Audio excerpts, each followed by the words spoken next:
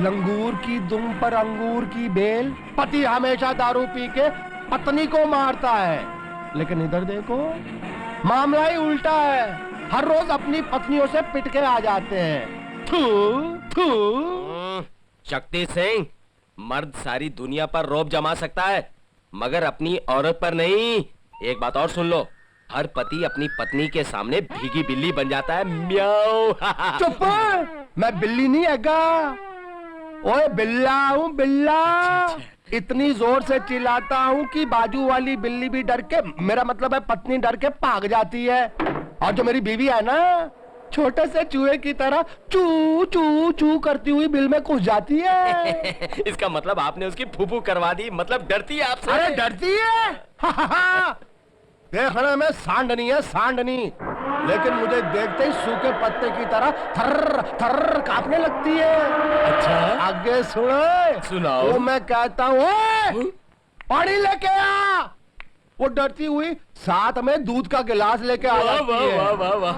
मैं कहता हूँ दूध के गिलास के साथ आलू का पराठा क्यों नहीं लेके आई?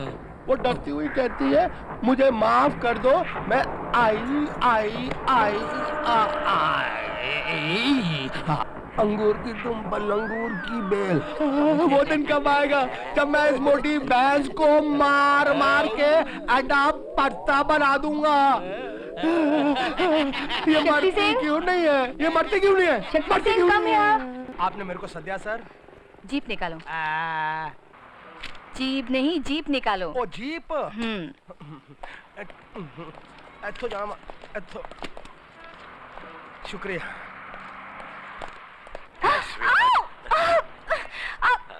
क्या कर रहे हो तुम? क्या कर रहा हूँ? कोई देख लेगा तो क्या हुआ? Everyone knows about us. इस वक्त बेकार की बातें छोड़ो। तो? एक इम्पोर्टेंट रेड पर जा रही हूँ। रेड? हाँ। कौन सा रेड? कैसा रेड? पिकनिक कॉटेज पर बिल्ला सुपारी आने वाला है। वो कॉन्ट्रैक्ट किलर जो पुलिस के हाथों से हर वक्त बचकर निकला है। इस बार नहीं बच पाएगा, मेरे पास एक आइडिया है। Don't worry about it.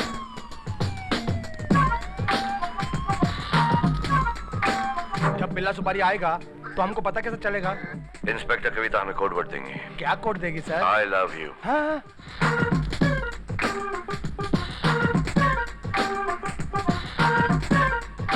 Turn the music back on.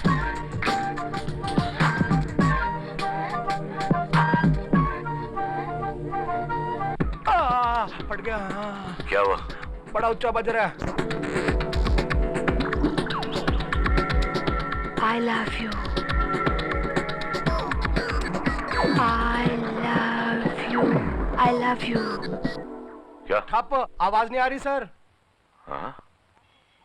Sir problem है। Come on. इंस्पेक्टर फिशर, ये सब क्या है? सर, बिल्ला की जेब से ये इम्पोर्टेंट पेपर मिला है। यानी बिल्ला और ये रघुवीर जी का खून करने वाले थे? और तुमने इन्हें एनकाउंटर में मार डाला, अपने हाथों से अपना केस बेकार कर दिया।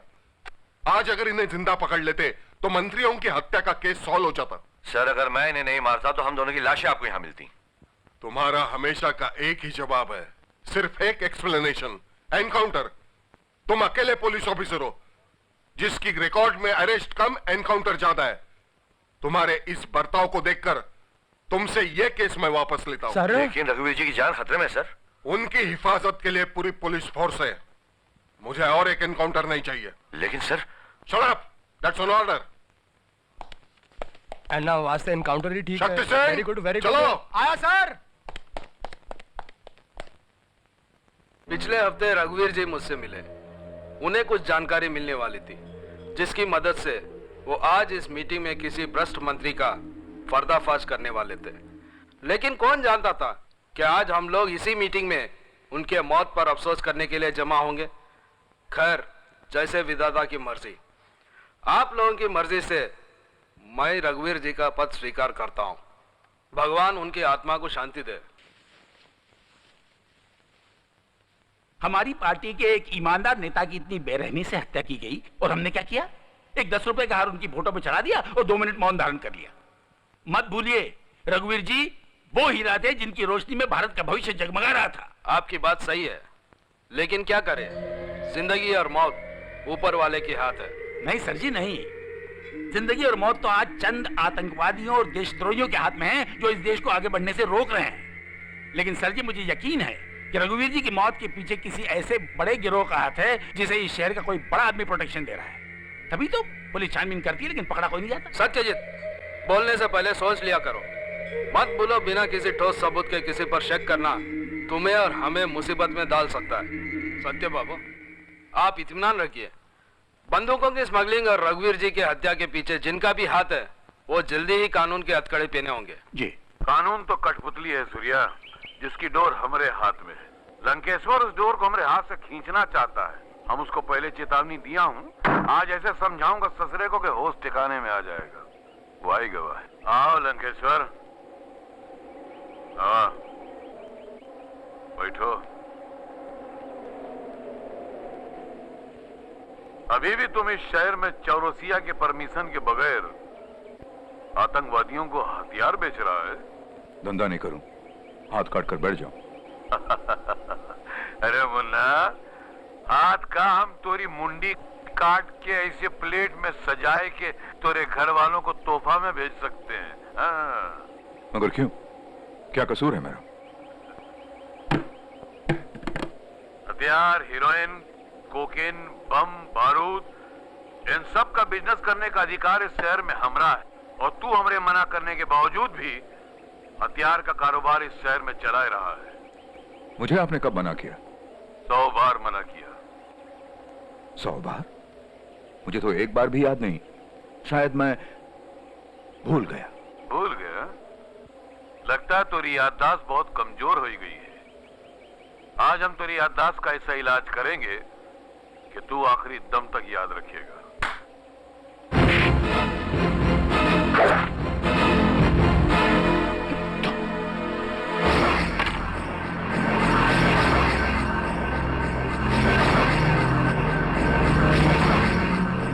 चौरसिया, ये धोखा है।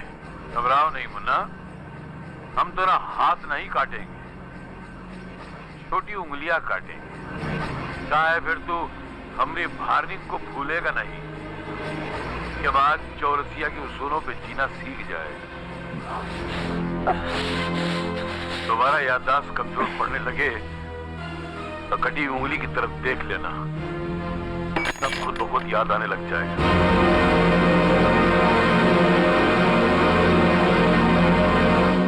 अయ్యో లంకేశ్వర, हम तुमको बोला चौरसिया बहुत डेंजर है। मुझे चौरसिया चाहिए, मुर्गा चाहिए मुझे चौरसिया। जब तक चौरसिया को काटकर उसके टुकड़े टुकड़े करके चौराहे पर बिछा नहीं दूंगा, तब तक मेरे बदन का खून मुझे तेजाब की तरह जलाता रहेगा। चौरसिया तक पहुंचना बहुत मुश्किल है सर। It's impossible. वो लोग बहुत स्ट्रांग है सर। अच्छा, स्ट्रांग है, बहुत स्ट्रांग है। अब बोल कौन स्ट्रांग है, मैं या चौरसिया? बोल। हाँ? मैं स्ट्रांग हूं। अయ్యో तुम पागल हो गए जी, तुम उधर का कुछ इधर निकलता है जी। लंकेश्वर ये ठीक बोलता है, एकदम ठीक बोलता है जी। चौरसिया को मारना चूहा बिल्ली को मारने जैसा नहीं जी, वेरी डिफिकल्ट है। एंड यू नो, आजकल तो चौरसिया के पास उसका प्रोटेक्शन है जी, सूर्य का प्रोटेक्शन जी। जानते हो, जो सूर्य सांस लेता है तो चौरसिया का मसला लेता जी। और कोई भी आदमी चौरसिया का सांस बंद करने की कोशिश करता ना जी, तो सूर्य उसके गले की नली में बूच मारते जी। वो उसका डाल है, डाल। तो फिर वो ढाल खरीद लो, उसकी ढाल को हथियार बनाकर मैं चौरसिया के सीने पर वार करूंगा।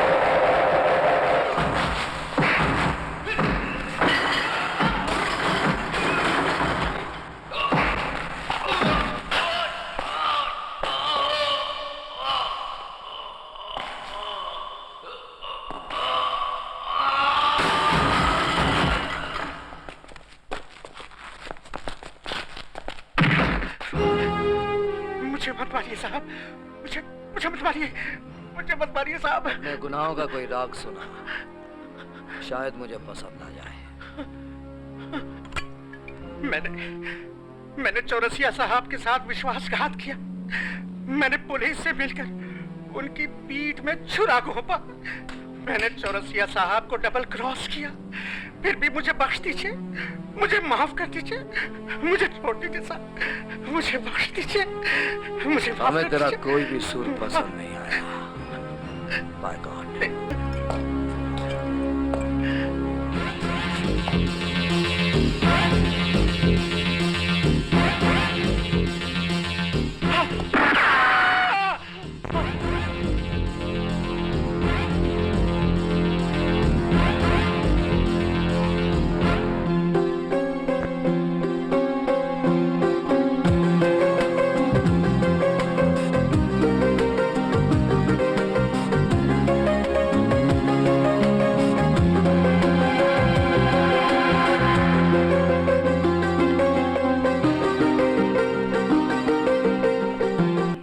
जब से हमको तोरे जैसी ढाल मिली है तो दुश्मन के आंगन में तो जैसे खौफ और डर की भयानक आग भड़क उठी है।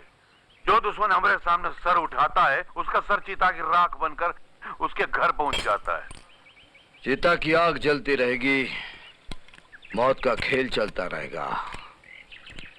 सब जन्मे हैं राख बनने के लिए, खाक में मिलने के लिए।